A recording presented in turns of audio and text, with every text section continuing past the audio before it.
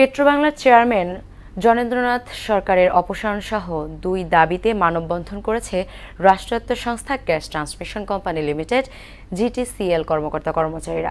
আগারগাঁওয়ের সংস্থার প্রধান কার্যালয়ের সামনে মানববন্ধনে বক্তারা বলেন, গ্যাস সরবরাহের চুরির অংশ সিস্টেম লসের নামে অন্যায়ভাবে জিটিসিএল এর উপর চাপিয়ে দেওয়া হয়েছে ষড়যন্ত্র।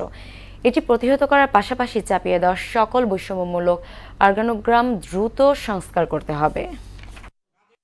একজন সচিবের নেতৃত্বে করা বোর্ডের সিদ্ধান্ত কিভাবে পেট্রো বাংলা চেয়ারম্যান একজন এডিশনাল সেক্রেটারি তিনি কিভাবে কেটে দেন, অসৎ উদ্দেশ্যে তিনি এটা করেছেন। আমরা এজন্যই আন্দোলন করছি, আমরা পেট্রো বাংলা চেয়ারম্যান মহোদয়ের পদত্যাগ চাই। ইউরোপিয়ান পাইপলাইনের মাধ্যমে গ্যাস ট্রান্সমিশন করে এবং সেইখানে কোনো সিস্টেম লস ধরা হয় না। ট্রান্সমিশন সিস্টেমের অক্সিলারি হিসেবে যত ধরনের ডিভাইস ব্যবহার করা হয় তা ট্রান্সমিশনকে ফিজিক্যাল করার জন্যই ব্যবহার করা হয় এবং ট্রান্সমিশনকে উন্নত করার জন্যই ব্যবহার করা হয়। পৃথিবীর মধ্যে জিটিসিএল একমাত্র প্রতিষ্ঠান এবং আপনারা জানেন বাংলাদেশে আরেকটি গ্রিড আছে যেটা বিদ্যুতের গ্রিড। বিদ্যুতের গ্রিডের এইচটি ক্লায়েন্টও আছে, তারপরও জিটিসিএল এর উপর কোনো সিস্টেম লস প্রযোজ্য হয় না পিজিসিবির উপর। কিন্তু জিটিসিএল এর উপর শুধুমাত্র একটি চিঠির মাধ্যমে, একটি চিঠিও না, একটি মিটিংয়ের মিনিটসের মাধ্যমে জিটিসিএল এর উপর 3% সিস্টেম লস চাপিয়ে দেওয়া হয়েছে। আমরা চাচ্ছি যে আমাদের উপর অন্যায়ভাবে যে 3% সিস্টেম লস চাপিয়ে দেওয়া হচ্ছে সেটা একটা যৌক্তিক সংস্কার এবং সেটা আমরা বাতিল করছি। চেয়ারম্যান স্যারের অপসারণ আমরা চাচ্ছি না। উচ্চ চাপের সঞ্চালন লাইন, গ্যাস গ্রিড লাইন তৈরি করে যেখানে সিস্টেম লসের কোনো যৌক্তিকতা নেই, অথচ আমরা একটা সাধারণ একটা আদেশের মাধ্যমে, একটা মাইনসের মাধ্যমে সিস্টেম লসকে সিদ্ধান্ত বাস্তবায়ন করতে চাচ্ছে, যেটা জিটিসিএল এর জন্য আর্থিকভাবে অত্যন্ত দুর্বল করে দিচ্ছে এবং জিটিসিএল দেউলিয়াপনা হয়ে যাচ্ছে।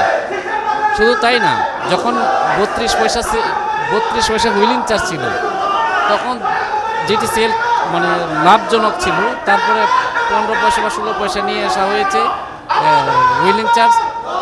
এমনিতে দুর্বল হয়ে গিয়েছিল, এখন দুর্বল অবস্থায় চলতেছে, এক পর্যায়ে এসে 1 টাকা হয়েছে, যেটা এখন সিস্টেম লস দিয়ে আবার জিটিসিএল এর যে আর্থিক অবস্থাটা অত্যন্ত দুর্বল করে দিচ্ছে। এর পিছনে আসলে যারা সিদ্ধান্ত নিচ্ছে তারা টেকনিক্যালি এত সাউন্ড বলে আমার কাছে মনে হয় না। এখানে যে ডাইরেক্টর অপারেশন আছেন কামরুজ্জামান স্যার, যিনি যার সিদ্ধান্তকে জনেন্দ্রনাথ স্যার চেয়ারম্যান স্যার বাস্তবায়ন করতেছেন, এটা আসলে কোনোভাবেই জিটিসিএল উপরে আরোপ করা যায় না, অথচ তারা স্বেচ্ছাচারীভাবে এটা করছেন মন্ত্রণালয় পাশ কাটিয়ে, যেটা আমরা এটা মেনে নেব না, মেনে নিতে চাই না। কারণ আমাদের এই প্রতিষ্ঠান, জাতীয় এই প্রতিষ্ঠানকে আমরা বাঁচাতে চাই, আমরা নিজেরা বাঁচতে চাই।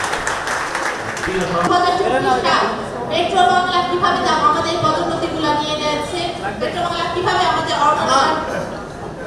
অর্গানোগ্রামে নিজেদের লোক ঢুকিয়ে আমাদের লোকদের পদোন্নতি বন্ধ করে সেই চুরির দায়ে যে সিস্টেম লস, সেই সিস্টেম লস কেন জিটিসিএল এর উপর চাপানো হচ্ছে? এর উদ্দেশ্য হচ্ছে জিটিসিএল কে সেই বিজিএমসির মতো একটা দেউলিয়া কোম্পানি হিসেবে ঘোষণা করা। এটা সমন্বয় ছিল জিরো সিস্টেম লস ধরে আমরা পূর্বের অবস্থায় ফেরত যাই। একইভাবে যে বৈষম্য সর্বক্ষেত্রে, বিশেষ করে কর্মকর্তা কর্মচারীদের মধ্যে অর্গানোগ্রাম পদোন্নতি, এই বিষয়গুলোকে অবশ্যই একটা সমন্বয়ের মধ্যে এনে যেটা বৈষম্যহীন যে অর্গানাইজেশন, সেটা আমরা দাবি জানাই। এবং এই কোম্পানি একসময় পূর্ণ স্বায়ত্তশাসন ছিল, পূর্ণ স্বায়ত্তশাসনের আমরা জোর দাবি জানাই। এটি হচ্ছে আমার কথা।